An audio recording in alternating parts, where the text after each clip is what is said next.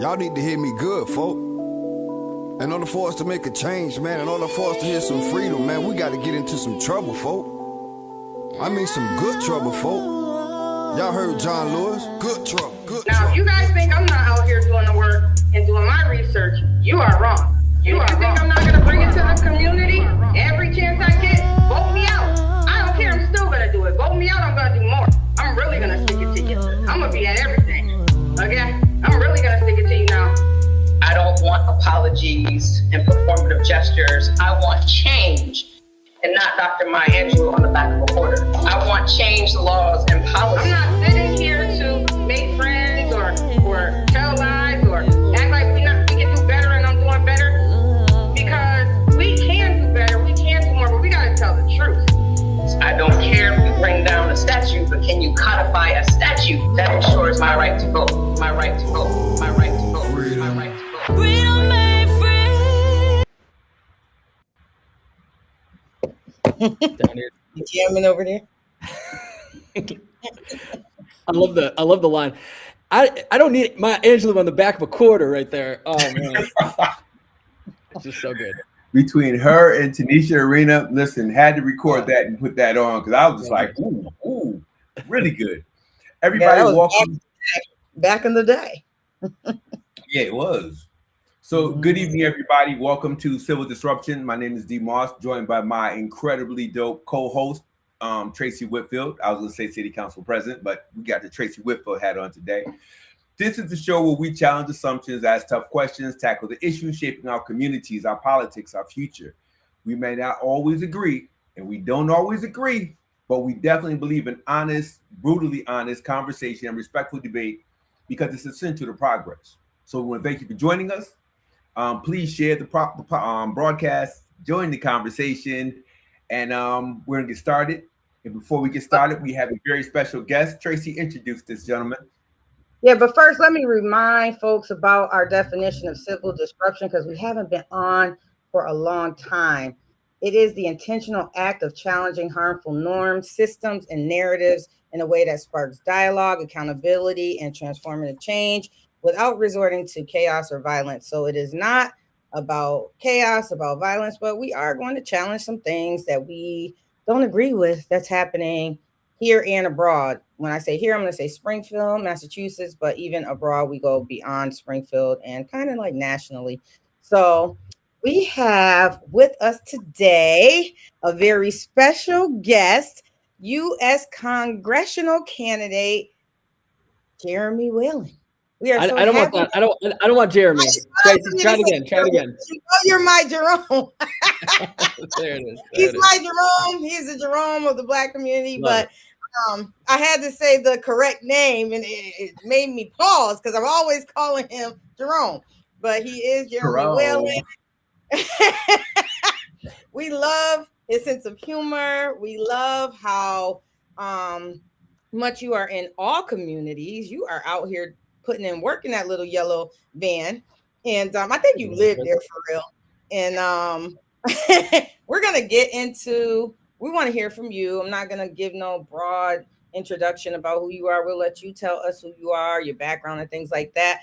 But welcome to the show. You are our first congressional candidate. You're our first, elected official we're having on here? Or soon to be elected almost official? Elected official. Once I come back in politics outside of me. December.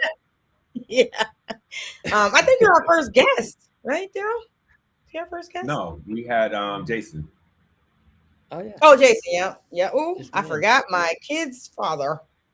Yeah, we had Jason, and then we had host when I couldn't be there. So yeah.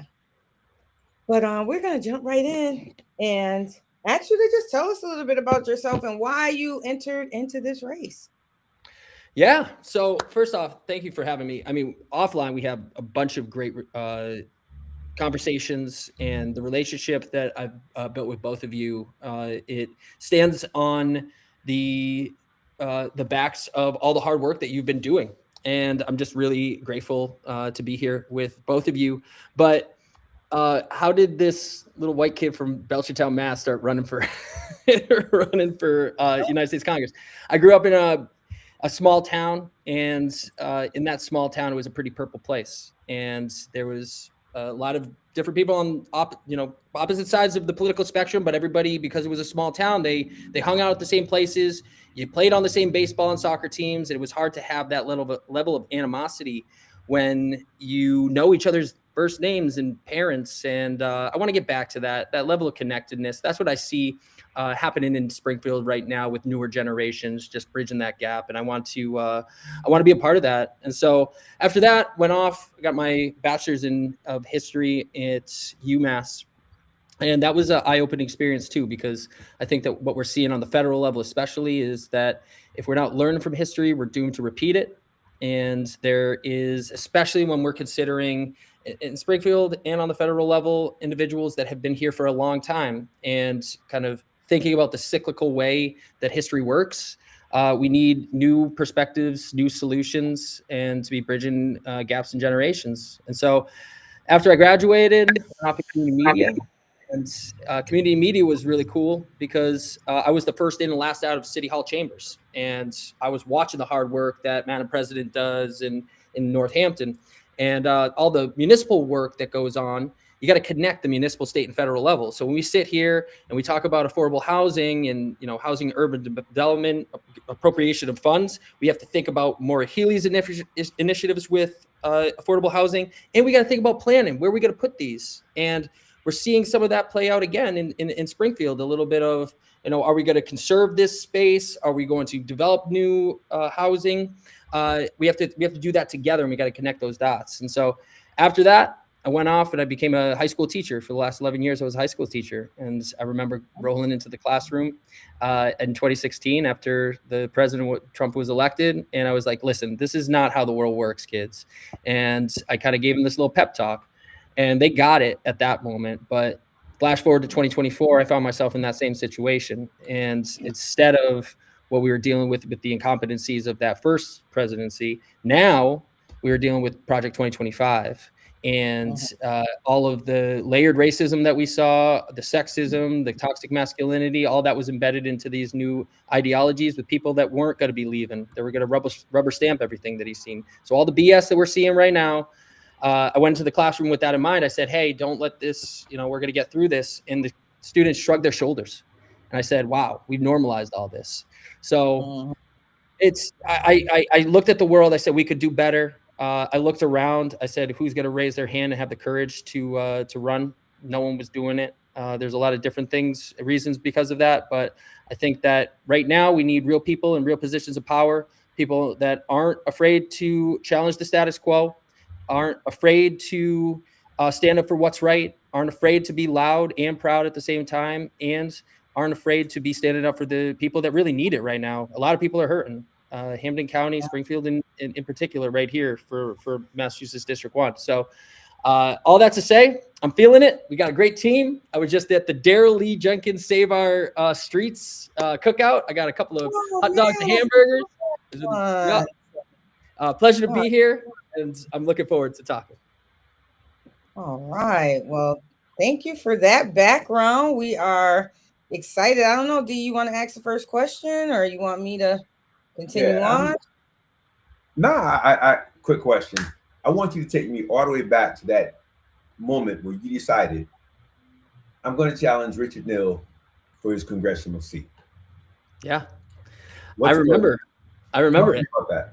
So I was at the tail end of my doctorate over the spring.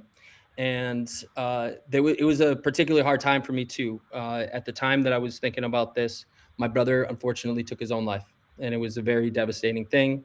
And anybody that's lost somebody to suicide knows how hard it is to kind of grapple with that. And then you layer in all of the things that we all experience and the tough times that we're all going through. And I saw these intersections. I saw his mental health and the healthcare system failing him. I saw at the time my friend Mahmoud Khalil, who was the first to get abducted by ICE for speaking out about the situation in Gaza.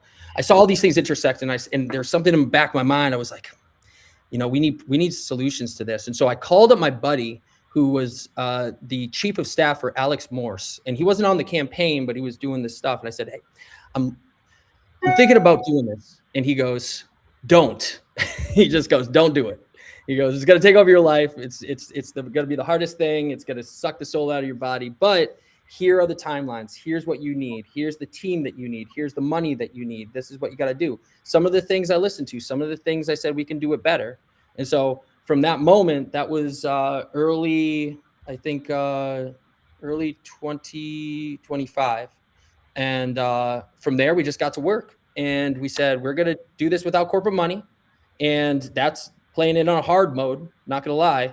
And what you do when you don't have that money, you have people. And so going back to that moment, it was going down the list, checking off the things. Okay, I can do this. These are the people that I need. But it's also saying, here's how we flip the script on this entire thing. And we have. Our team has just been done such a phenomenal job. We lean into relationships and people rather than the profit. And it's so far so good. So really successful so far. Okay. That's amazing. You got an amazing Springfield native, Ellen, as your campaign manager. And I remember having a conversation with her and she was telling me about you. And I was like, yep, never heard of him. I don't know. I was like, go from Northampton. Yeah. Like, you should do this. Like, she's really a great strategist. Like, everybody locally wanted her and she was doing the work, for free and things like that. And I told her, you need to be getting paid for this work.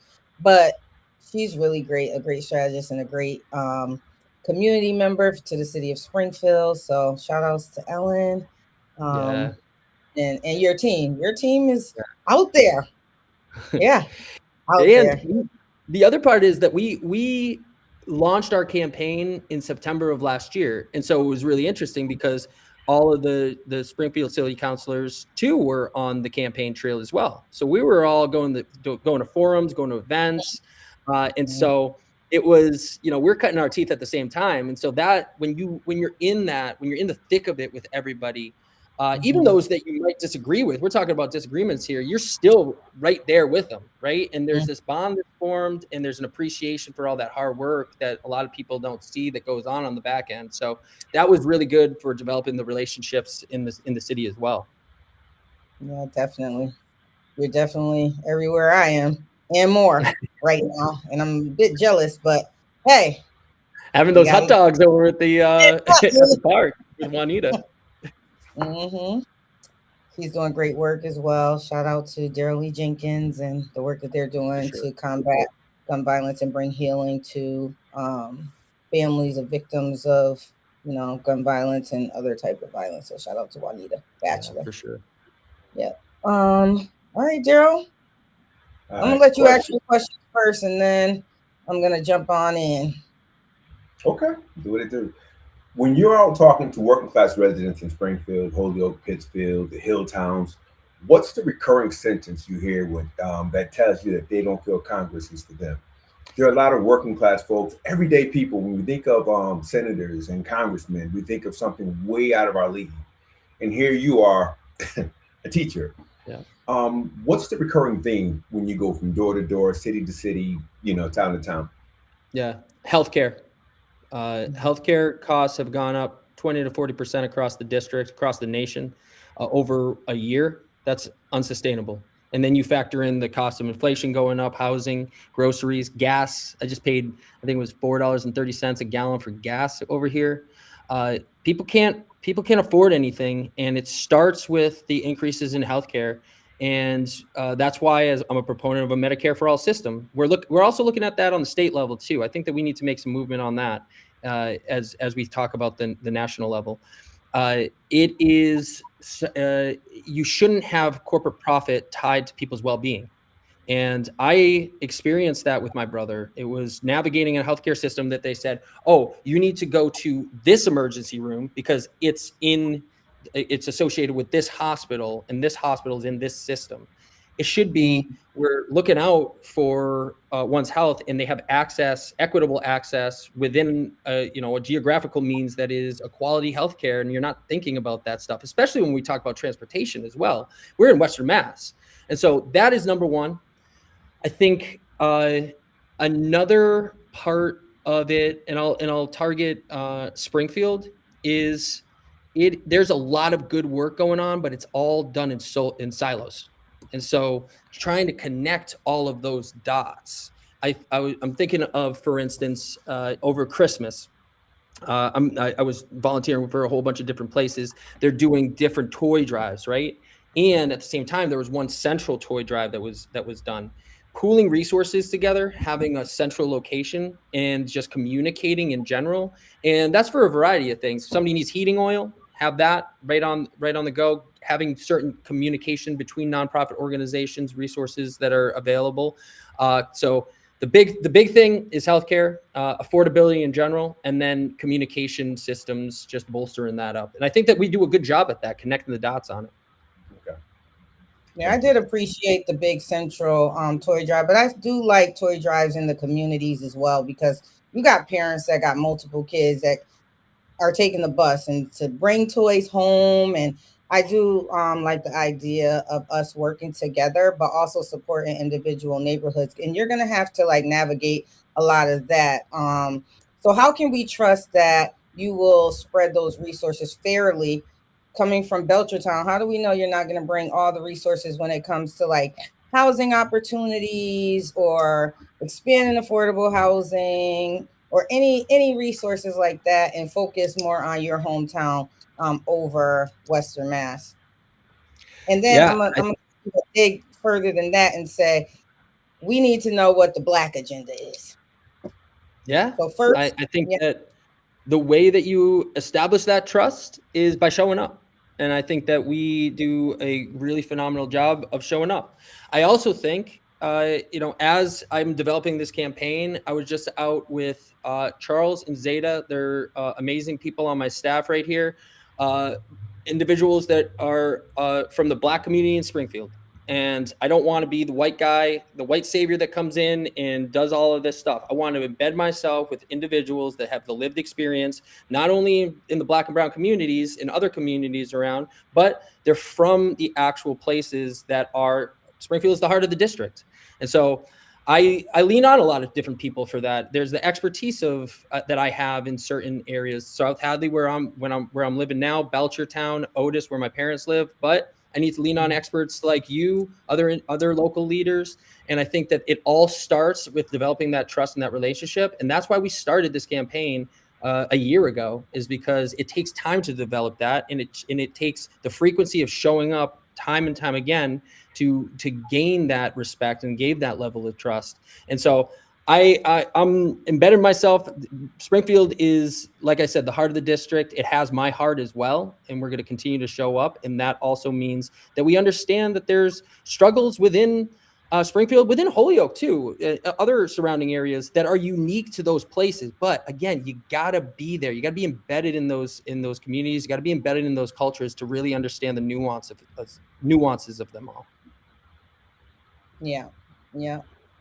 Now, so Civil Disruption really was formed to focus primarily on the Black community. And so I'm going to ask you some very specific questions regarding the Black communities, because we have overwhelmingly experienced disparities in wealth, home ownership, business ownership, access to capital.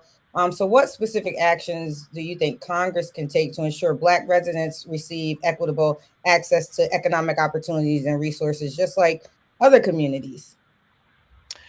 Yeah, so this actually reminds me of something that, Madam President, we were both at. We were at the Advisory Council on Black Empowerment. I think it was at the, I'm trying to think of which church it was, South Congregational maybe.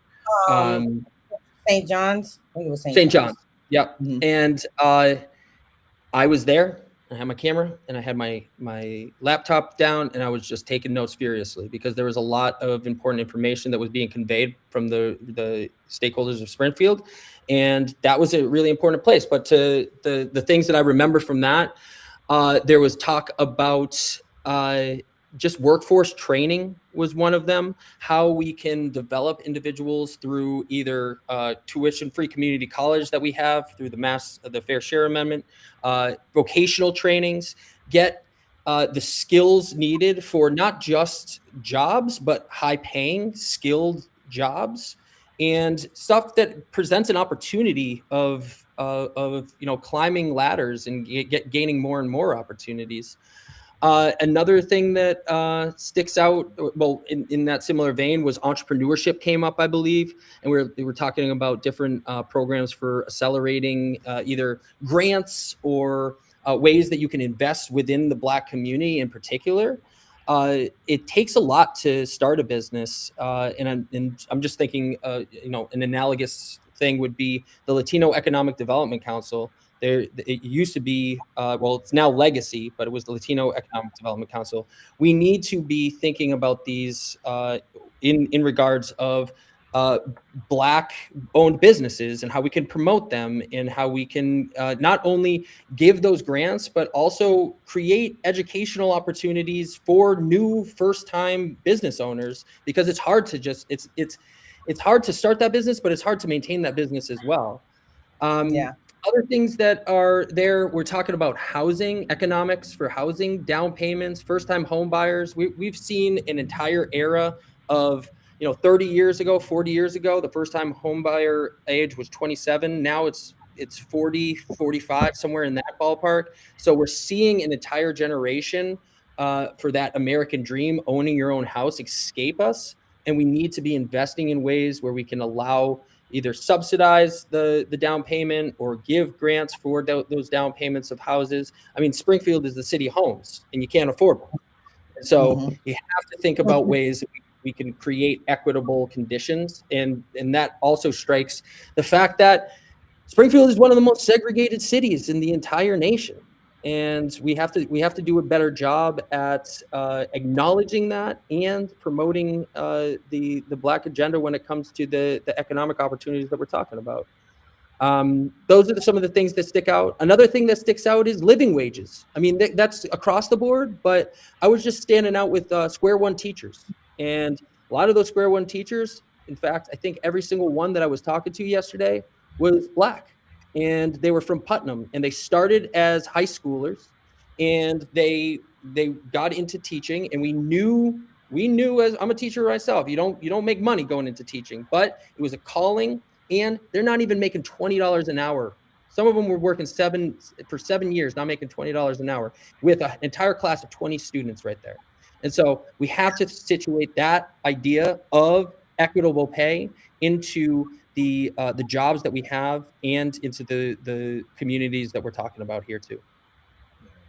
Yeah. I just wanted to comment one thing you said, Darryl, and then I'll pass it right over to you. Yep. One thing that I think that you said is key is that how you got some of these ideas is that you came to the community that the ideas are for. I think it's important to be embedded in the community and come up with ideas and solutions together, because the Latino or the Legacy Economic Development Council, so I run a coalition for an equitable economy, and Legacy is one of our members, but so is BECMA, and there's a whole bunch of other technical assistance, capital providers, and others that are part of the coalition. And so we should talk more about how we can grow these businesses, but it's definitely important for you to stay connected with the communities you want to help. There's a lot of comments on here on Facebook, and I specifically like them, but I'm going to pass it to Darryl. Then we'll read a couple of comments, ask you like maybe one or two more questions, and then transition to the MGM conversation.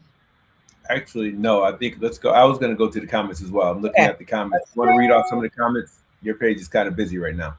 Well, my page is really going in. But one comment I'm going to read, don't really want, you don't have to reply to, but are you willing to move to Springfield or Holyoke, give up your $1 million house in South Hadley? I don't understand questions like that, because is this expected of, I'm gonna even say the orange man, Donald Trump? I mean, is it expected of him to give up his millions and move into, I don't know. Questions like that really bother me. No, actually, I love this conversation, or I love answering questions like this. So I'll even put my house in the chat. I don't give a shit. Shoot. You don't care. You don't care. So we paid $660,000 for our house. Okay. My wife and I, we have no kids. We do long distance. She lives in New York 5 days a week, and she drives 3.5, 4 hours up. We also just made a ADU, an accessory dwelling unit inside of our basement. So my parents-in-law live in our house. So once you start looking at the actual numbers of that, and you factor in that I'm a teacher and I make, $80,000 a year, it starts to make sense. And then you go look at our campaign finance, and you go look, and our average donation is probably somewhere in the ballpark of $50-$60. We do well for ourselves because we don't have any kids, and I'm 39, my wife's 40. I am 100% transparent on all of those things. What I also would say is, look at the man that has $5 million plus in his corporate war chest, all of which is from corporate PACs. And so anybody wants to come at me for that, I mean, I think it's barking up the wrong tree. I'm totally transparent. I love my wife. She works hard. She sacrifices. I see her less than 72 hours on the weekends because she's down there working her tail off in an amazing job that she had to sacrifice for, and overcome a lot of toxic masculinity while she's at it. And yeah, I'm super proud of her. I'm super proud of our family, and I can stand on 10 toes and say that. So anybody want to come after me for that? Go look up Zillow. Go look up my house. Go look up what we're worth. Yeah. Yeah. Great. It's interesting. People would even, I seen that comment as well, and that's the one I was going to go to. I think it's comical. I think, folks, this is 2026, and there are so many issues on the table. I think where you live is not a factor as long as you reside within the district. You know, and folks kind of. Yeah. Say it again. I said, and as long as you're showing up, which yellow van man does. Right.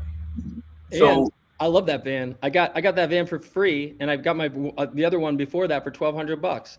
And I think that plays into it too. I mean, money is, I want to create equitable circumstances for people, and I drive that van because it puts a smile on people's faces, and it has a whole bunch of rust on it, but I don't want that designer suit. I don't want those Italian leather shoes. I don't want to spend $16,000 at Del Mar restaurant in Washington with lobbyists, because that's what we're getting right now. I think that's the situation that we're in. Gotcha. Imagine it's 2 years into your first term and you're back in a Northampton classroom visiting your old students. What concrete changes in their lives or in their school would you need to point at and say, wow, that was worth leaving the classroom for?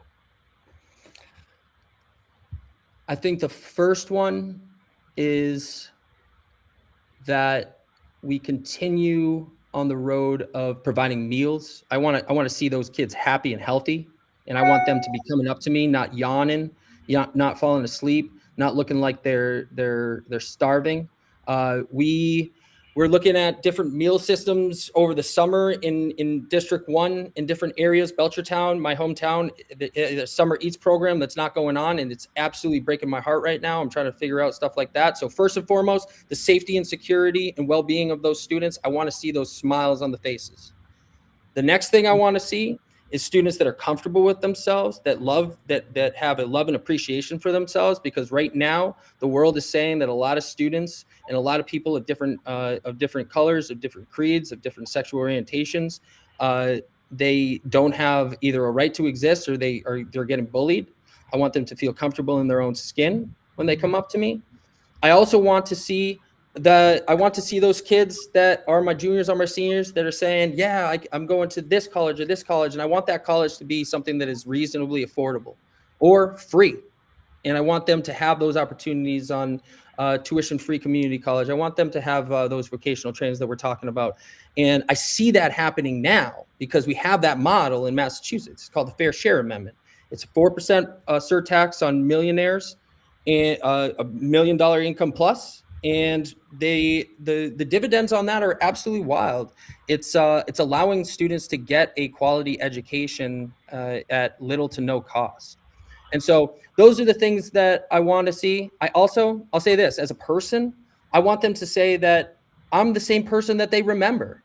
And I didn't change. I didn't go down to Washington and get co-opted And I think that I can come back and do that because I'm not taking that corporate money. I'm not talking to the lobbyists. No one's pulling the strings. And so when we're sitting here, and I'll say this, Jody over here, more taxes for your wife? Absolutely. You know, if there's certain thresholds, we need to look at comprehensive tax reform. I feel good. I just voted for our Prop 2.5 override. Unfortunately, it didn't pass. That was money going straight to straight to our schools. And I want to see individuals that are successful pay their fair share. And that all comes back into school budgets. And I think that that's the things that I hope to see on the educational frameworks. Yeah. All right. And I also want to say for all of our viewers across the platforms, this is not a private conversation. You don't have to just comment. If you want to contribute a question, feel free to do so. This is an open forum. If you have questions, post it, and Tracye or I will definitely ask him the question and make sure that it happens. This exchange is only beneficial if everyone is involved in this process. So I strongly encourage you, if you have a question, don't be shy. Just throw it in there, and we'll get right to it. Yeah, we're not going to have time to get to them all because you all are going in with suggestions and comments. I know that my Jerome is going to go and look at all these questions. Oh, I'm going to go on every single one. That's what I do before I go to bed.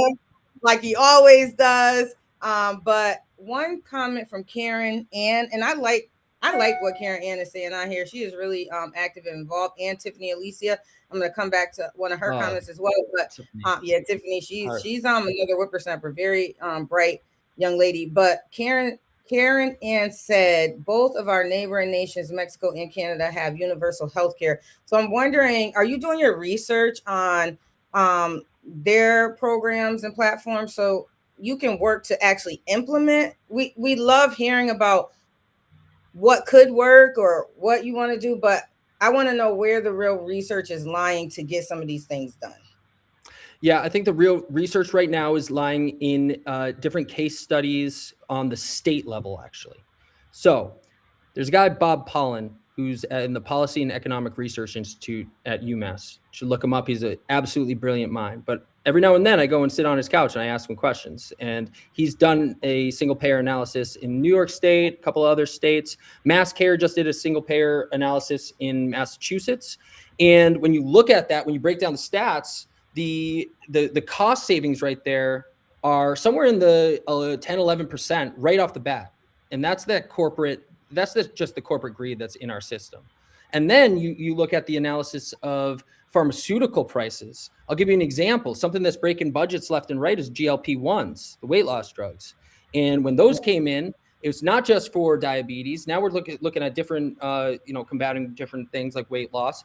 And that was breaking budgets. The average cost of those was somewhere in the ballpark of $1,200 to $1,500 a month in the United States. You go to Canada, that's $100 to $150. Why is it so much cheaper? Why is it 1/10 of the cost? It's because that is how our system plays out in a privatized healthcare system. So the actual logistics to this, what I think you're going to see is it's going to be implemented on just like Romney Care came out and then Obamacare. You're going to see these things implemented on the state level. We're going to get a little bit of an analysis and see how everything's working, and then we can extrapolate on the national. But that doesn't mean that we don't actually hit the ground hard and try to get the things that we need for a national system. And I understand that we're much larger than some of these countries. That's going to be something that's going to take some growing pains. But the analyses that we've already seen, it's going to be an increase because everybody has health insurance. It's going to be an increase of access for people. So more people are going to be going to get services, but it's going to be a decrease of the actual time on paperwork that grinds our system to a halt, because a lot of this is just the corporate bloat. It lies in these administrative jobs. And so as we kind of level that out into a single player system, you're interfacing with one entity. And so that saves time. That's more time with patients than it is on back end paperwork. And so it all makes sense in the long run. But I think we're going to see it start on the state or regional level, a Northeast New England contingent, and then we'll be able to implement it and kind of overlap into a national. Okay, you said more than I thought you was. I thought about this stuff a little bit. Like this stuff is in your head. I wanted to read a comment that Tiffany said in response to, I think it was Jody. She said, it's just because he's white. It's an assumption that he is wealthy, and also our communities are traumatized by elected officials leading wealthy lives while we struggle. There's a pervasive economically rooted disconnect with congressmen across the country. That's not Mr. Whalen's story. And so I'm glad that you pointed out that you are running a grassroots local campaign, getting the people involved, and getting the votes by doing the real work and not subscribing to PACs and spending thousands and thousands of dollars on lobbying when those funds can come to the community. Another resource that you give us all for free is the fantastic photography. We know what's going on everywhere because of you. I was like, I need to get me some lessons going on. And I have some pictures that I've been sitting on from the Mason Square design at the library. Okay. Remember the community design thing? I still got those pictures. I got to go put them up. I don't know. So many things that we go to together. Oh, the design. Yes, I do. I remember. Yeah. Yes, the Mason Square initiative. Yes. For the root, right? Is that what the one you're talking about? For the root? Yeah. I don't know. Yeah. Oh, for the root. Okay. Yeah. So we're at so many things together, and I really appreciate the work that you're doing. Let me see what. Okay. Can you see these comments as well? I just want to shout out Jody too, because Jody was the Republican in here, and one of the things that we do is I talk to Republicans all the time. I mean, I go to a lot of different things. I was just sitting down on a podcast with the chair of the Wilbraham Republican Town Committee. I mean, I appreciate, because when you represent an entire district, you represent every single person, even the people that didn't vote for you. I mean, Madam President, you know that. You know, you got to have some tough conversations, and you don't shy away from those. You know. Openness and transparency and just educating people and explaining whatever, even if you disagree, that explanation is something that really matters. Yeah, it's not about party here though. Like, I don't think that comment was necessary. We don't need to know whose party anyone subscribes to in this conversation. It's about real systems change and asking someone to sell their home and all that. If that's the stance of the Republican Party, well, that's one of the reasons I'm not part of it. But anyways, to carry on with our conversation. That's a light conversation. You should see some of the stuff that I get, man. Yeah, Carolyn, he did just talk about taxing the rich when he talked about, what was it, the 4%? What was that tax where you tax fair share amendment? Yeah, fair share amendment, where it goes to education and transportation, and I think infrastructure. So he did talk about that a little bit. One of the things, shout out Erica, love you. One of the things she said, lower property taxes. How do you lower property taxes? You create situations where you don't have a Proposition 2.5 override. Right now, we have 58 different municipalities that have had Prop 2.5 overrides or are anticipating Prop 2.5 overrides. Prop 2.5 overrides are increases of property taxes, usually residential. And how do you solve that? Well, you spend your money wisely on the federal level, and you infuse federal funding into municipal budgets. And when we sit here and we talk about property increases right here, we're fighting our neighbors on this stuff when the average taxpayer last year spent $4,000 on war. $4,000 on war. And we're sitting here talking about increases on our property taxes because and not being able to fund our schools when we're spending $4,000 on average taxpayer on war. That's asinine. And that's the way that you lower property taxes and lower taxes in general, by not participating in things that are just wasting our money. You also lower them by bringing new growth to the community.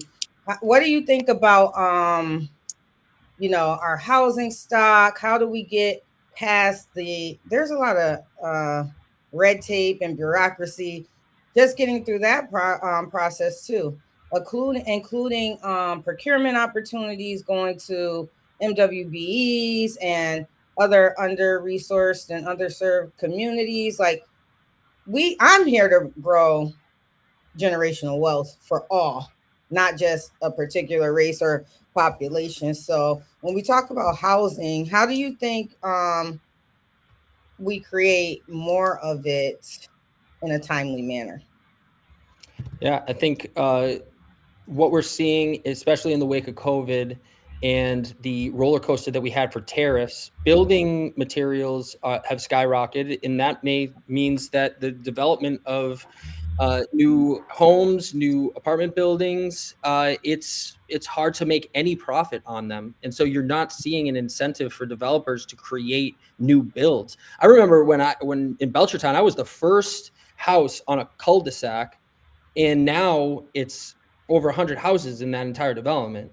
You don't see that stuff happening anymore because the margins are just so small, and you don't know that if you start to build a house in the year that it takes to build that house, if things are going to change and you're going to get stuck holding the bag, right?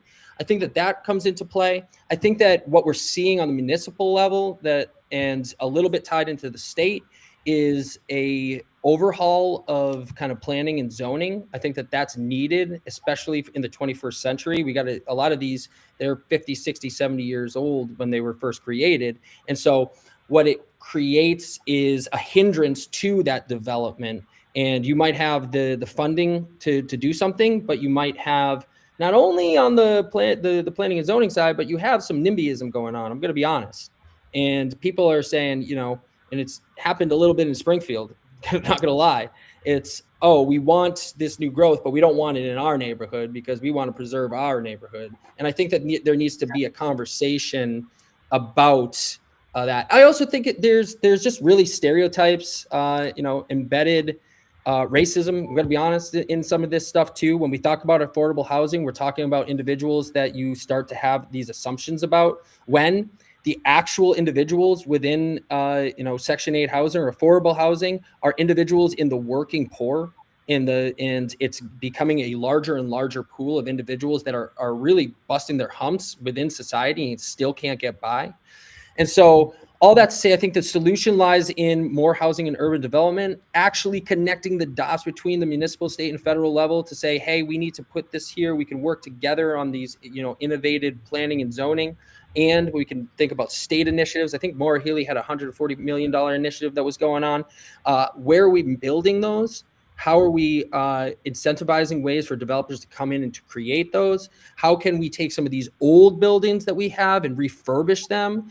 Some of them have asbestos, some of them have lead paint. There's a lot of stuff that you have to think about. All of a sudden you buy a building and now you have to sink all of these costs in. How can we alleviate that, right? And how can the state and the federal level lower some of those bars for things? I think the ADU is a perfect example of this. The ADU, we had a higher threshold when we were on the municipal level. When that state initiative came through, it lowered the bar and it made it easier for us to actually create that space. And my parents-in-law, they didn't have anywhere to go. They wanted to downsize, but where are you going to go in this economy, right? And that was the opportunity to come in, have a smaller space. So that's the ways that you can kind of think innovatively about this. Yeah, there's a couple of points. There's comments being made about affordable housing. Erica said we need more affordable housing, not homes we can't afford, the new homes being built. So I'm on both sides of the fence with this because affordable housing is great. However, to build a home, whether it's new or renovated, you need a subsidy. So you need some subsidy coming from the federal and state government to help build homes to create affordable housing. So City of Springfield have an RFP out building 5 homes right now on vacant lots, and they're providing a subsidy so developers can afford to build it and then also sell it to low-income families so it does become affordable. But without those subsidies, you mentioned it and you named it and you hit the nail on the head. The cost of construction materials is through the roof, and that is what's driving the cost and the price of the homes to go up. Because I don't know how people feel, but being in the construction industry is not, I'm getting in this for free because I don't want to make any money. That will be like just being naive to the situation. People get into different industries for different reasons. Developers get into the industry because, yes, they want to make money. There's nothing wrong with wanting to make money. So I hear what people are saying, about affordable housing and things like that. And yes, there are creative ways that we can get to make home ownership affordable. However, people get into development because they want to make money. They want to build generational wealth. So we got to be honest about these conversations. There's nothing wrong with that. When people get into law or become doctors or become investors or become all these things, they're doing it because it's something they love and because they want to make money. And we cannot make it a crime because people want to build generational wealth for their families, because when it was traditionally white male dominant people building these homes and these establishments, it wasn't an issue. Now we got more emerging developers and all of that brings us back to rent control. The reason that it's hard for some developers to have low rent is because the amount to rehab and construction costs is up there. I'm not on one side or the other with rent control right now. I'm just trying to figure out both sides of the story with rent control. So I'm just in the middle right now. I'm learning. I'm in my learning phase, so I'm not going to side with one or the other publicly right now because I don't know enough. So I'm just trying to figure that out. Where are you on rent control? I'm on the side of rent control, and I'm on the side of informs parameters for rent control. Okay, couple of things. I'm gonna geek out for a second because this one's complicated. This is a very complicated one. When we talk about rent control, we talk about historic rent control in Massachusetts. Those rates were between 1% and 3% increases. And this goes all the way back to the 70s and Cambridge, I think in 1994. 1% to 3%, situate 1% to 3% increases in the idea of increases over COVID, right? Cost of living was going up 3, 5, 7% in some cases over that time, 9%. So if you have 1% to 3% increases, if you have it doesn't fit into the model of what's going on. So what happened was in some places, I think it was St. Louis, they implemented it. It's not in a vacuum. So you implement rent control and then the surrounding area becomes developed because the developers just move outside of that. What I would fear with rent control is all of a sudden we're on the border of Connecticut. We do this statewide implementation and all of a sudden everybody flees to the border of Connecticut. So you have to implement rent control in reasonable ways. Right now, the ballot measure, I believe, is 5% or cost of living adjustment, whatever is lower. The way in which why I'm more for it than against it is because there's provisions for dwellings of 4 units and less. So we're talking about individuals that are the landlords that are in your communities making a little passive income. They're actually looking out for you. They're the ones that probably don't even increase the rent that much anyways, right? We're talking about corporations coming in, gobbling up these apartment buildings and jacking up rent and protecting ourselves from it. And making something that is a reasonable, stabilized increase for people. So they're not all of a sudden, even if you have the best landlord and it's 3 or 4 years that you go without an increase. And all of a sudden they're like, wow, we got to catch up, hit you with a 20, 25%, 30% increase. That's unreasonable, right? But they're trying to catch up. You're in this position where you're getting priced out. So it is a very complex, problem, but I'm always going to be on the side of the tenant rather than the corporation. And we have provisions in place. Let's not always think about corporations. I work with a lot of emerging developers. So they develop one single family unit here and there, maybe 2. Single family unit is exempt. Huh?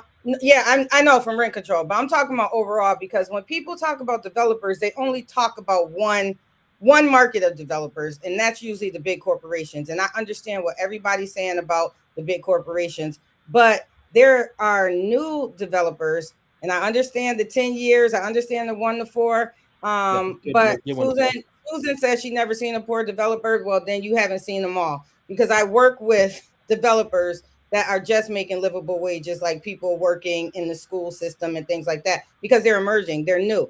The big corporate developers, I hear you all 100%, but they are not the only developers out there. And I really need people to understand that. Like, they are not the only developers out there.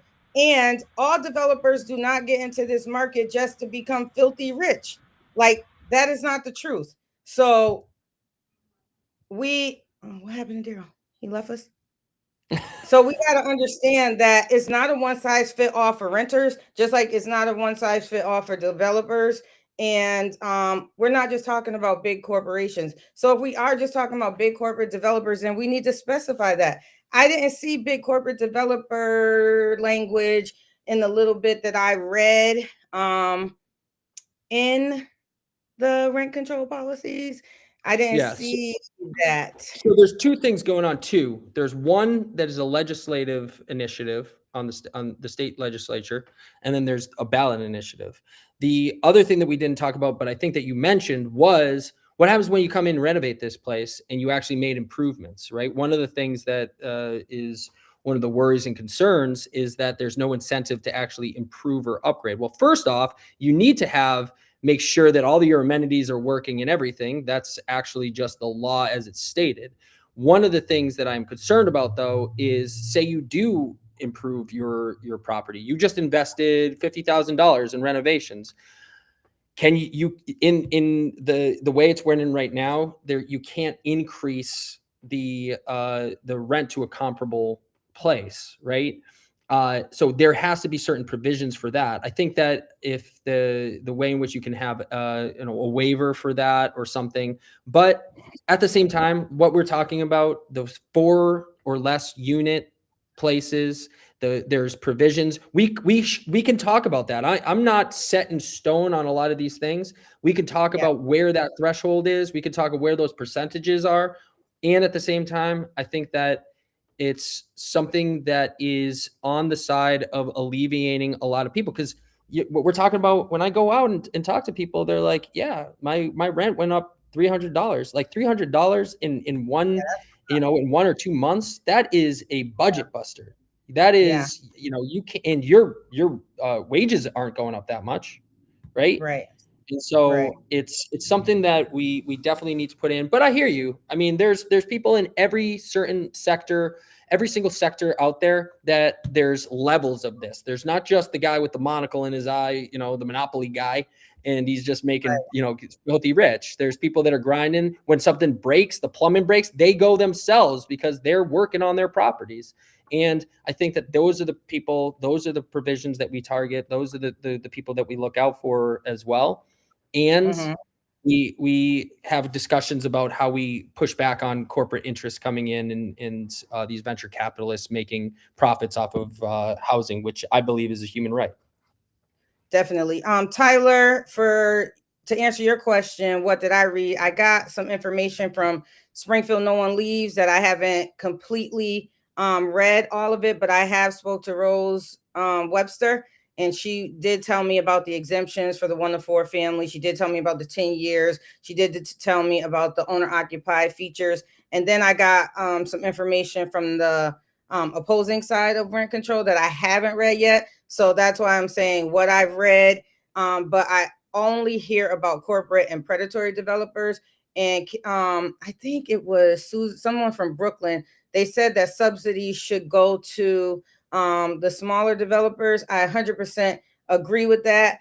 But it's the smaller developers that don't know how to get the tax credits and get the low income credits. And it's also a lot of money to be in those type of situations where you are able to get those credits. And there's not a lot of education because the greedy corporate landlords, they want to keep that monopoly. And so there's not a lot of education on getting the smaller developers up to par with learning how to get all of those credits. And we need more of that. So yes, they do need help. Those are the ones that I defend and that I work with.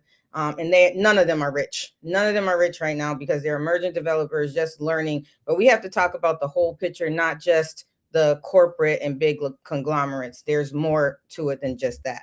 So I really want to learn more on both sides. That's why I haven't made a decision yet where I stand, because it is a very interesting conversation. It's incredibly complex. It is. Yeah. It's one of those where I mean, I go down rabbit holes. Sometimes I'm, this one is like easy 2-3 hours you can spend just looking at stuff. But Yeah. yeah. So, D, I think I'd have monopolized this conversation with Jeromie Whalen. And I don't know. That's why I was like, I'm gonna let her do her thing. So, but I do have some questions. I'm gonna jump right in. As we talk about voting rights and democracy, you're vying for the 1st congressional district. Black voters have carried a disproportionate share of the burden in fighting voter suppression. What specific federal voting rights legislation have you considered co-sponsoring in your first term, should you get in? And how does it directly protect Black voters in your district? Have you given any thought to that, given that they've been gutting certain pieces of legislation that have been negatively impacting the black voting populace? Yeah, in the very beginning, when I was jamming out to the music, I heard Good Trouble mentioned, and right. John Lewis Voting Rights Act right there. We need to be not on the defensive all the time. We see the SAVE Act, we see all these things that are trying to really create a scenario that disenfranchises a lot of people. We've already seen, and we've seen this throughout history with polling taxes and different ways in which you disenfranchise Black populations specifically. I think that we need to not only be on the defensive. We're always on the defensive, unfortunately. We need to be proactive about what we're doing, and we need to enshrine the right to vote and protect and strengthen these, rather than continually look at ways to. And it just doesn't just go into legislation. It's a perception of intimidation that comes down to it as well. So if you don't feel comfortable or safe or even heard, then you're less incentivized to go to the polls. And I look at the municipal elections in Springfield. I think the municipal election turnout was something around 11%. And people want to demonize or point fingers or blame people for not coming out. And at the same time, there needs to be greater voter education. I think mailers going out to tell people that elections are going on, to engage with them. I think the idea that you're not doing community outreach. I think that when we were looking at that Mason Square, Tracye, that was a perfect example of how the community feels heard. And then when you feel heard, you're going to participate more. And when you participate more, you're going to demonstrate your voting, your right to vote. I think that it comes down to a couple of things. I would start with the John Lewis Voting Rights Act. I would also, push back like hell against these asinine ideas that there's some sort of widespread voter fraud. There's not widespread voter fraud. We can't get people to the polls. And when there is voter fraud, it's usually an individual that's voting because they have two houses and they're in a different socioeconomic circumstance, right? So I think that we're barking up the wrong tree on a lot of ways that we're attacking voting rights, and I think that we need to protect them, and we need to do a better job at educating and engaging our communities. Right, and I think when they talk about voter fraud, I think we should just call a spade a spade. They're basically talking about the districts that have high Black voter turnout. Look at places like Philadelphia, Tracye, Pennsylvania. Look at Atlanta. Look at some of the regions in which the voter turnout is just incredibly large. We talk about low voter turnout, but so here, I have a question. I guess, how can I say this? People tend to vote when they're excited about a candidate. If you get them excited, they'll come out. And there are a lot of Black voters who feel as if, oftentimes they'll get excited, they're mobilized during election season, and then when the governing process begins after a candidate gets in, the Black community is often ignored. And when we request something, and if we get it, it's almost as if we have to remain loyal throughout the entirety of someone's 40-year career span. How would that be different with you? What I always say is that my opponent is transactional and I'm relational. And we launched this in September of last year, and we continue to show up. We continue to develop those relationships. And what those relationships do is it creates information, and information it turns into advocacy, and advocacy turns into action. And I stand on my integrity. I think that you can see how we conduct our campaign and who we have around us. And that extends into what I intend to do in Congress. And The other part of that is that when that trust fails, that's what elections are for. An election is a job interview. And if you're not up to the task, if you're going back on your word, then people should be reviewing that. And we have a chance to review that on the congressional side and the House of Representatives every 2 years, on the Senate every 6. And that's how you hold people to their word. And to me, word is bond. I think that just the way in which we've conducted this demonstrates our integrity, and the promises that I make are the promises kept. And we're also going to continue to be embedded within the Springfield community. We have I'm coming to you right now from our downtown headquarters. It was a point to be on Main Street, right downtown. It was a point for the door to this place to be right here. The first thing that you see is my office right here. It was a point to not be up on a hill where you have to show your ID and walk through a metal detector to the second floor to a congressional office that never has the congressman in. And being here, being accessible, being responsive, hearing the community and listening to them is what we've made this entire enterprise on. And I think that that's where you know that I care about you, and that's where the congressional initiatives and congressional funding comes into play as well. Okay. Last question, Tracye, then I'm going to throw it back to you. Black workers are overrepresented in low wage and precarious jobs. Which federal labor policies on minimum wage, union rights, gig work, scheduling do you see as most urgent for Black workers, and how high a priority would you make that in Congress? And let me go back to what you guys talked about in terms of rent control, affordable housing. It's hard to even discuss that without talking about economic opportunities, economic development. We talked about legacy, but we also had Black organizations that focus on Black business development to enhance the economic capacity of Black communities that were severely underfunded and barely recognized. So once you're in Congress, have you given any thought while you're on the campaign trail that what you can do once you're there, legislation, whatever it is you need to do to enhance that? What have you given thought to? Yeah, I think that the great equalizer here is not just the minimum wage, but a living wage. And we're having those conversations. I mentioned it before, but I was just sitting out with the Square One teachers that are on strike, and they're doing this hard work. They're a union too, and they're fighting for $20 an hour. The living wage in Western Massachusetts is $24.50 an hour for an individual, and then you layer on children and other expenses and the rising cost of everything. I think that that's really where you start. I think that we also talk about workers. We talk about union, the protecting the right to organize, the PRO Act that's coming, that's in Congress right now. Strengthening union collective bargaining rights is super important. Then I think about just the way in which we're economically, we're not prioritizing the right things, and that bleeds into your budget and bottom line. And so the misappropriation of funds on the federal level, when you look at municipal funds, I mean, we're going through budgets right now in Springfield. We're looking at $1 billion budget, and we're looking line item after line item right there. We're talking about $1.5 trillion for the Department of Defense, where we're seeing Black budgets and you can't even scrutinize what's going on.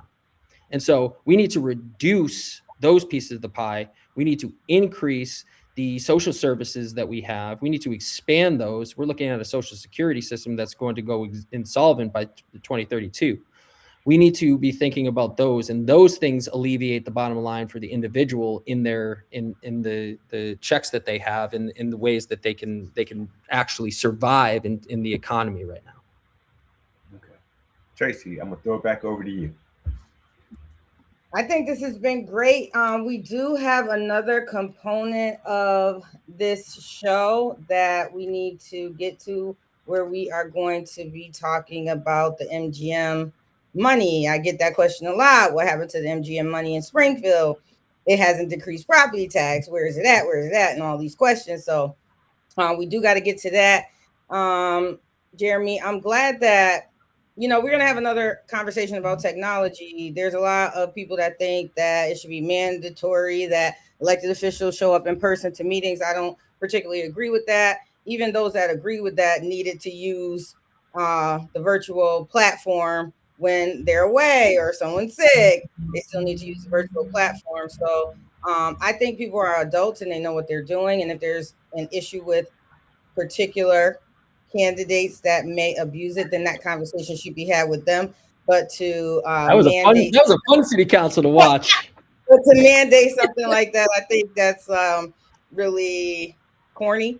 I'm just gonna say corny. That's the word that came to my head. I remember being when I had the 4 kids that I was raising, my brother's kids, foster care, and it was hard for me to always get down to City Hall because I had to take care of them. But what was more important was for me to show up and so they wouldn't miss a vote because they didn't have a quorum and things like that. So showing up doesn't always come in the form of being in person physically. It means showing up. But there's also elected officials that don't show up for the community at events like you and I. They show up for the city council meetings and that's about it. You don't see them anywhere else. And so we got to think about when we talk about what showing up really means, we need to talk about the full view. People get one-sided in their view sometimes, and they don't think about if you have an aging parent that you have to take care of at home, or a husband or a spouse or a wife like Catering Walsh had at one time in her life, and she had to be home most of the time and be online to take care of her husband. Like, these are real family situations. Like, this is real life, and we're talking about real life right here. And until you get into a situation where you're in a political seat, and sometimes it's just really impossible to be in person all the time, then you're not going to understand. You can say what you would do, and you can say what you agree with until you're in that position, and then something happens in your particular family, and then your story or your circumstance or your opinion will change. I've done it before, you know, and so I'm not going to change that mandate. I'm just letting people know that right now. And I don't think it's black and white like that, right? It doesn't have to be, oh, absolutely one way, absolutely the other. Like you said, if there's a way that you can participate and it's meaningful dialogue, and there's also an incredible amount of work that goes on outside of those chambers, and it's interfacing with the public, and it's showing up to events. And just on the topic of that, people ask me why I bring the camera around, and I also got this. Why, if in the very few times the congressman has been at an event, why do you take pictures of him? I say, because the camera's neutral. The camera is there. It's recording everything. And who shows up. And that record speaks for itself. And I think that there's multiple different ways to show up for your community. And I think that you do an amazing job at that. And I really appreciate it. I've seen it from the get-go, you know, and yeah. I appreciate that. And you show up just as well, more than me right now. Definitely. I can't even keep track of you. I was like, he was there too, you know, but definitely appreciate all that you're doing, you showing up. Definitely appreciate you taking the time to join us today on Civil Disruption. We would love to have you back. I got a question for you before we leave. I got a question for both of you, because I appreciate and respect both of you. I think that you're incredible people and tremendous ambassadors for the Black community. How can I show up more for you? What are the ways in which, you know, I situate myself? I'm incredibly grateful. One of the first communities that welcomed me in with the open arms was the Black and brown communities of Springfield, and I want to continue to do that, and I also want to know the ways in which I can actually, you know, be a better ambassador, be a better collaborator. What are the things that stick out that you want to see in a congressional representative that you're not seeing now? You're doing it, showing up. I don't want you to get into office, like Darryl said, and turn your back on us. I want you to show up with the same vigor and enthusiasm as you're doing right now when you're elected. Literally, I seen your team out there working. Keep the team, you know, keep them involved, raise up the next leaders. I think that's important. I think you got a lot of young people on your campaign team right now, and you are actually educating them on where to go, where to do, what to do, how to do it, how to be it, how to, education is key. I think you naturally got it because you're an educator. You naturally got it. But the Black community is going to hold your feet to the fire. When you're elected, we're going to hold your feet to the fire, right? We're going to want to have this talk with you. We're going to tell you what the Black agenda is, and we're going to want you to sign on to the things that you agree with. You're not going to agree 100% with everything, but showing up, educating, interacting, and being there, I think that's what I want to see. And then making informed decisions and making sure they're community informed. Yeah, I would expect that you treat members of the Black community in your district as decision-making constituencies, not just as backdrops, not talking points. That means you follow the lead of Black-led organizations on the priorities that they have already identified with you, and that you're willing to spend political capital with white voters and donors to advance Black demands, as well as help to build formal structures, advisory councils, regular public check-ins, transparent scorecards.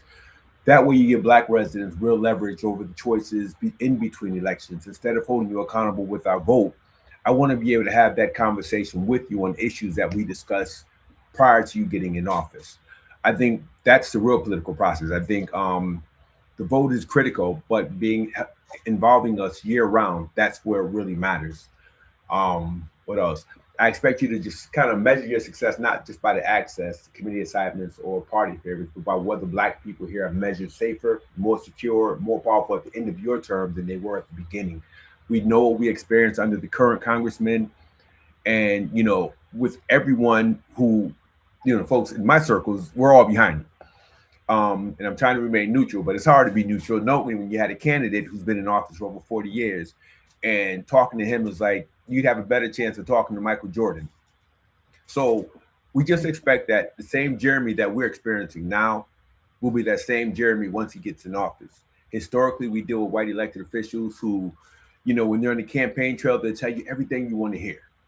Yeah, I'm all for that. Yeah, Trayvon Martin, it was horrible. Then once they get in office, kind of like, I don't have time for that. And that's always on the backdrop. And there's always something far more important. And it sounds like the Black community is complaining. I just hope that you will keep an open heart and an open ear once you're in office, and maintain an open door policy so that organizational leaders can kind of get in and have conversations with you about the needs of the district. My 30 years living in Springfield, being involved in almost every capacity when it comes down to Black organizational structures in any capacity, I've never recalled your opponent attending any of those meetings, regardless of what members of our community were sitting in that room. I've never seen him sit in the room. I've never heard him approach us, ask us what the needs are. It was always like when he comes through, it was like a celebrity coming through. We don't need celebrities. And I think it's critical that whether you're Black, white, blue, or brown, that we no longer see elected officials as celebrities. These folks were just like overjoyed because they remember our name. I just hope that once you get in, even if you're in for 5 consecutive terms, I don't care. I want you to remember, I want to interact with that former school teacher who still responds in conversations like a school teacher. Yeah. Open to educating folks like a school teacher. You know what I'm saying? Yeah. So that would be my expectation. I think it would probably be the expectation of a lot of folks in our community. Just don't get in and forget us. Yeah.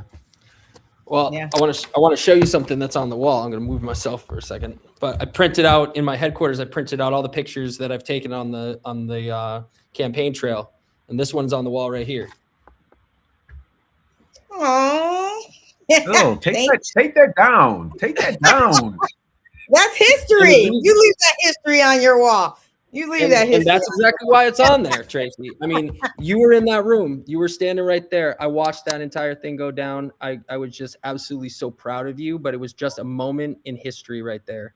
And I think that we're at an inflection point in American history. And, what you're doing, we're trying to connect the dots on that. And I look at that and I see just a new generation of leadership and optimism for a new Springfield doing it together. You can see Cateri Walsh's shoulder in that picture too. And that was done on purpose. And there's kind of a bridging. Stand on. Yeah. Like Yeah. she And paved the yeah. way for women to get on the council. So Yeah. shout I out have to an Gator. absolute tremendous respect for her there. And it's your mother in the background, I think. I'll send you that picture. It just sticks out, and I look can at that see every all day. of them. Yeah. So Yeah. yeah. Thank you so much for having me on. I really appreciate both of you and respect you. You've been incredible guidance throughout this entire thing. One last thing. Kimberly Caldwell said, "Don't use us." Kimberly? She said, "Don't use us." Until you use me up. Boom, boom, boom, boom. Shout out to Zato, one of my fellows today. I was playing Bill Withers, and she's like, "Who's this?" I was like, "Bill Withers," and I was bound, Wow. bound. Too, okay.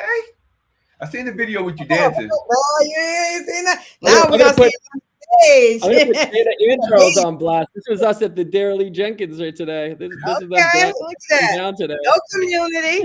I think that they're watching. I think that they're watching in the other room too. They're probably like, "Get down."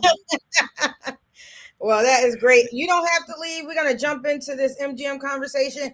We've been on with you for quite a while, so I'm going to run through this MGM conversation as fast as I can.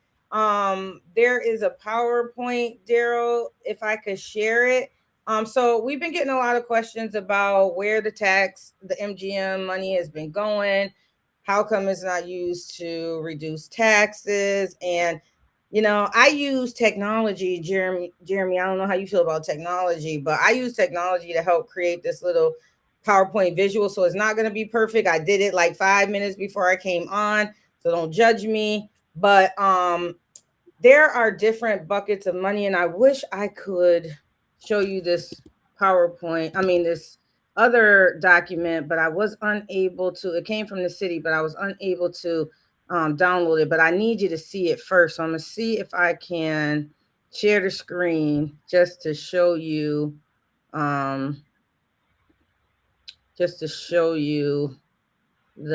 I'm gonna show you everything right now.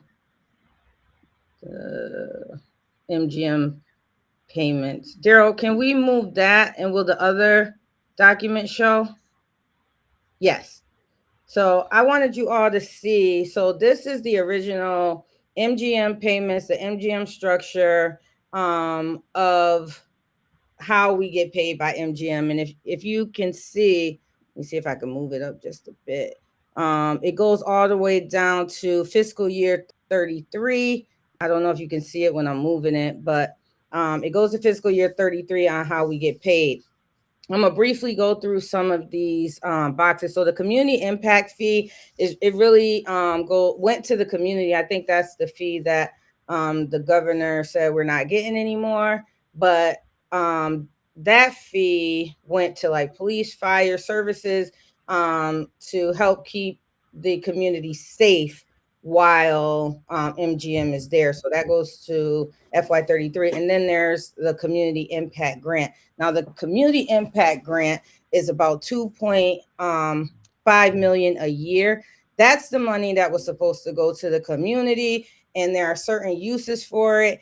And it could have went to reduce property taxes, or at least give an incentive to low income, maybe seniors, maybe families with disabilities, veterans, things like that, to reduce property taxes. That's not how it was used. When I get back to the presentation, I will show you all what happened with that particular pot of money. So remember the community, I think it's the community impact grant. And then the 121A payment is like a payment in lieu of taxes. So the city made an agreement with there's other columns on here. If anybody wants to sit with me and go dig into them, we can go through it. But that's the payment that we're getting instead of taxes on the property. So it changes over years. I just wanted to show you guys that this is what the city came up with an agreement way back in 2017, 2018, when they were negotiating payments.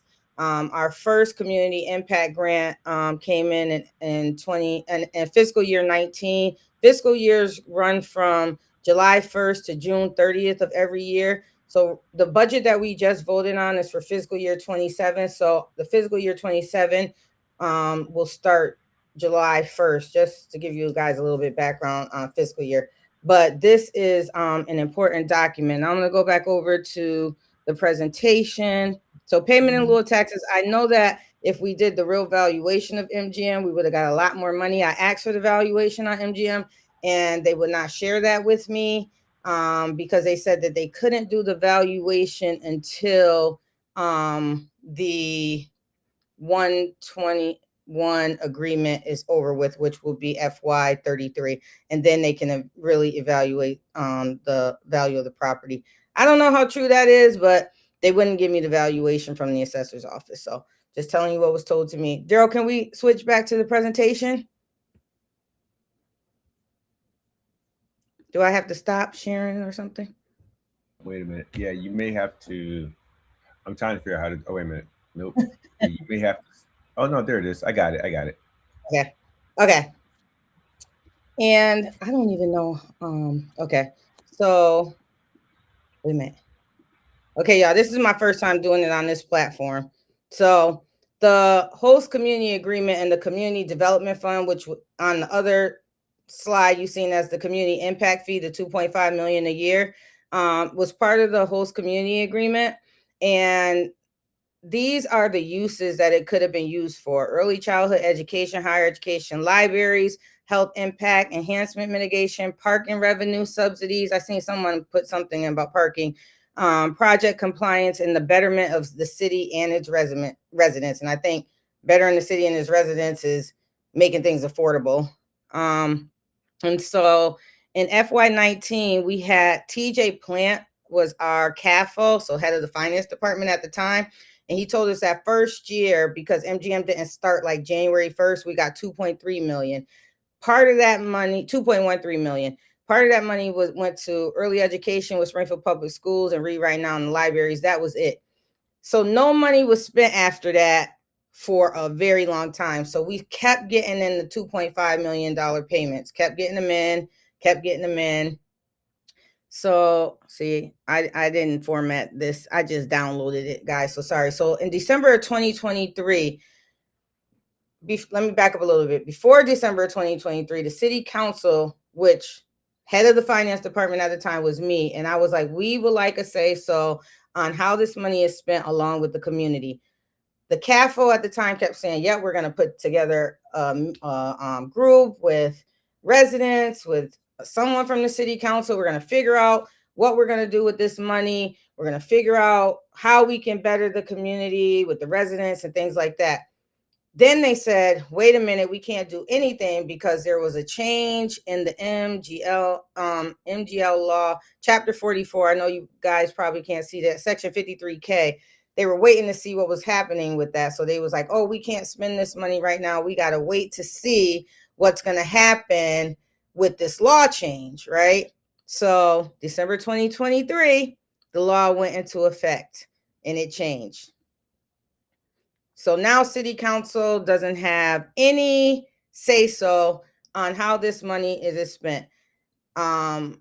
We got a memo from the law department that went to Mike Fenton. It was not shared with us. We were still asking the same questions on where this money is going. How can we use it toward property tax? The law changed. No longer do they need city council. No longer do they have to get community input. So the mayor has full authority over how this money is spent. By the time we got this memo, there was about 14.5 million or 14 million. We're just going to round it to 14 million sitting in this account because we have been waiting to see what was going to happen with this law year over year over year over year. I don't know if they could have really spent it or not, but they chose not to. And then the mayor got full authority on how this money is spent. Now we're only talking about the 2.5 million. Every other pot of money on that 121A agreement have to go into the general fund. It have to. That's the law. Has to go into the general fund. This is the pot of money that goes into a special account, does not have to go into a general fund, and can be used for those uses that I told you all about earlier. So there was a memo that came. It went to City Council President Mike Fenton involving the 53. We didn't know anything about it. The 53 rule change. We didn't know anything about it. So I kept asking about this fund. Finally, we got the rule change. And so then there was a memo from Tim Sheehan, who is head of economic development, asking to use this money to send it to the Springfield Redevelopment Authority. So the Springfield Redevelopment Authority got $7.9 million of the first pot. Then they got another 350, and then the DPW got $960,000 to do some road repairs right downtown by Mass Mutual Center, when they started doing that street and making that street a one-way and changing the street for the garage and all that. So he got some of this money to do that. And then Springfield Redevelopment Authority got this money. And when I asked, well, what are they going to do with it? It was like, oh, they're just going to improve the buildings downtown. So the majority of the $14 million sitting in the account, the $9.26 million went to downtown infrastructure. None of it went to the community or to reduce property taxes. So this is just a recap. We approved the money, but then the mayor had full authority on how it was going to be spent. City council does not have any authority. They get the $2.5 million every year from MGM till FY33. We're in FY26 right now. This started in FY19. So all these 2.5 millions, some can go to reduce property tax, but the mayor chooses not to. Another recap, just showing you the scope of the deal. These are all the payments that we've been receiving year over year. And yeah, so I'm going to stop sharing the presentation. Darryl, can you stop sharing the presentation? I just wanted you all to know where the MGM money was going. The other 121A payment that I showed you all that was in that yellow box, that have to go to the general fund. So the general fund is where most of the revenue goes that the city collects. So all the local taxes, excise taxes, property taxes, other payments goes into the general fund. The only funds that don't go into the general fund, if there's like special revenue funds, like the enterprise fund, which is a fund where the trash fee money goes, and that says only this money can only be used for trash fee services. So those are special revenue funds. We have a few of those. And then there's particular grant funds that go into grant accounts because they have to be used for special programs and services too. So I just wanted to give the community an update on what happened to the MGM money.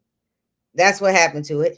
And the mayor has full authority over that fund. And he chose to send it to the Springfield Redevelopment Authority. I don't know what Springfield Redevelopment Authority is doing with it. And he chose to spend it on some roadway improvements. But from the looks of it, it was still $5 million left. I'm getting an update on what sits in that account right now, so I can give you all an additional update. And then on a next meeting, we will talk about the cannabis funds, because they also have 3% local tax that's supposed to go to the communities that house the marijuana facilities. And that, I don't know where that revenue is going either. So we're going to dig into those cannabis revenues. And if they're still sitting in that account, the community needs to push for more community involvement and for that money to give some relief on property tax, at least create a program that is going to help those that really need it. I don't mind paying my fair share. I can afford to pay my fair share of property tax. But for those who cannot, you all need this help and you need this support. And that's what I'm here to do, create this awareness. So next time we're going to talk about the cannabis revenue. All right. And next time, can we also talk about getting to specific strategies in terms of what the community can do to get involved, put pressure on the administration?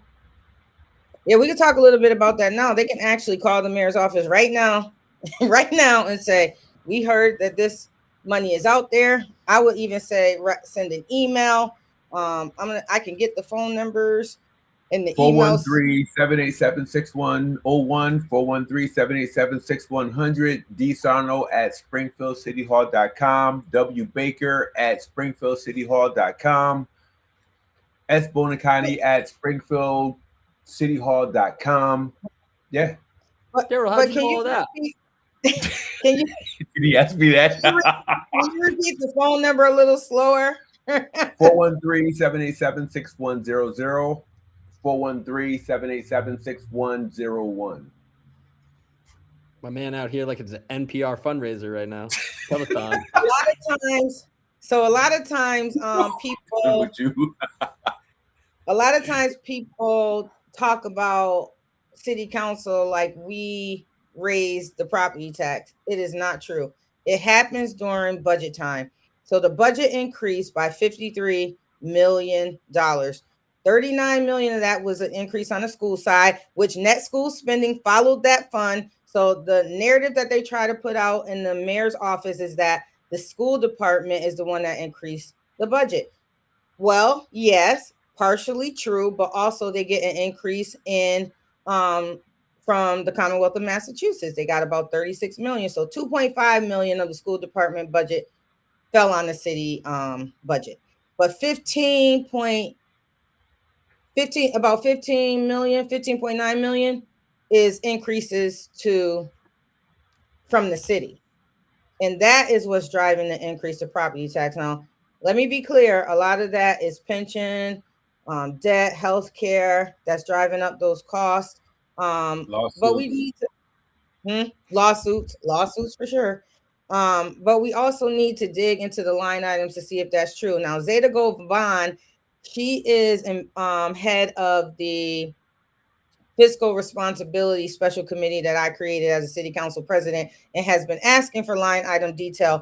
And we got a memo from Steve Bonacani in the law department that said we cannot, what is the word? We cannot pressure. I'm going to say pressure, but that's not the word. I'll get the word. We cannot pressure departments to give us that information. So I wrote back, here are the steps we take, and we're asking them because these special committees are community led. So Zeta Govan leads it, but the rest of the members on the community, on this subcommittee are community members. They're not us. I sit in when I can, but she runs it and the rest are community members. They're asking for transparency, give us a line item detail. And we got this freaking letter from the law department saying we can't compel. That's the word. We can't compel departments to give us. I said, we're not compelling. We're not making them. Only city councils can compel, but we're not even doing that. We're just asking. We're asking what's going on, and we're asking them to be honest and transparent with the residents of the city of Springfield. But why can't you? I'm a little confused. Why can't you? He's saying special committees can't compel, only city councilors can. So because city special committees are made up of residents, he's saying that they can't compel them to, they can't compel departments. But if if the special committee is led by a city councilor, that councilor can request. She can ask. Yeah, but she hasn't been asking. We're letting the residents really lead this initiative. Okay. So the residents are asking the departments to work with them. You're getting paid from our tax dollars, but you don't want to work with us and let us know where our tax dollars are being used for. So then when I wrote back my response, we're asking, not compelling. And is this a recommendation from the law department? No, I'm just giving information. I'm going to share that letter on our next meeting too in the responses because it was really silly. They're just use city resources to push back on doing the right thing. So for all of our viewers, tell somebody else you should be bombing. Well, not use the word bomb. You should be calling the law department, calling the mayor's office over and over and over and ask them why, ask them if this information can be shared with that city council subcommittee. I just think every time we bring something like this up, we should encourage people to get involved in the process because most people feel completely disconnected. And Tracye, you're probably the first city council president who actually came out and shared this type of information so that folks are aware and abreast of what's going on.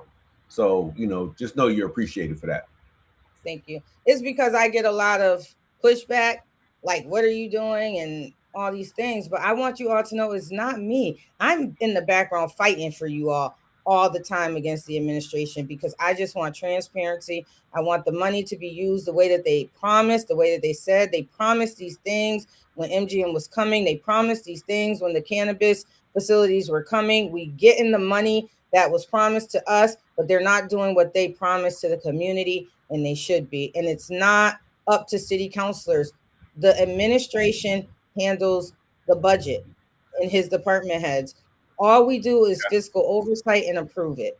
After that, the money is in the mayor's hands on how it's going to be spent. So we're here to create awareness that the pushback should be going to them. 787-6100, 413-787-6101, dsarno@springfieldcityhall.com. If you're going to send an email, I would strongly suggest you CC the media. That way you'll get a response. And you can also CC the city councilors, because that way you'll get a response also. You should CC everyone if you want a response. Anytime you contact an elected official, I tell people down here where I'm at, if you're going to contact them, CC everybody if you really want a response, and if you really want to hold someone accountable to get things done. So do that. Yeah. So that's all I had. I really glad that we spent the majority of our time with you, Jeromie Whalen. I wish you the best in your U.S. congressional race.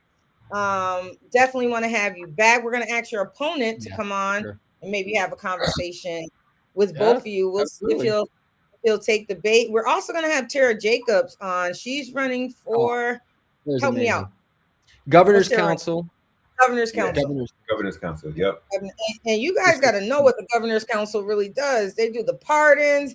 They pick the Supreme Court judges. Like, she's going to tell us all the things that they do. And Mike Fenton is running against her. I'm 100% supporting Tara Jacobs, 100%, because Mike Fenton, he attacked me for no reason. And it wasn't right. So if he's going to attack me as a woman of color, what is he going to do with?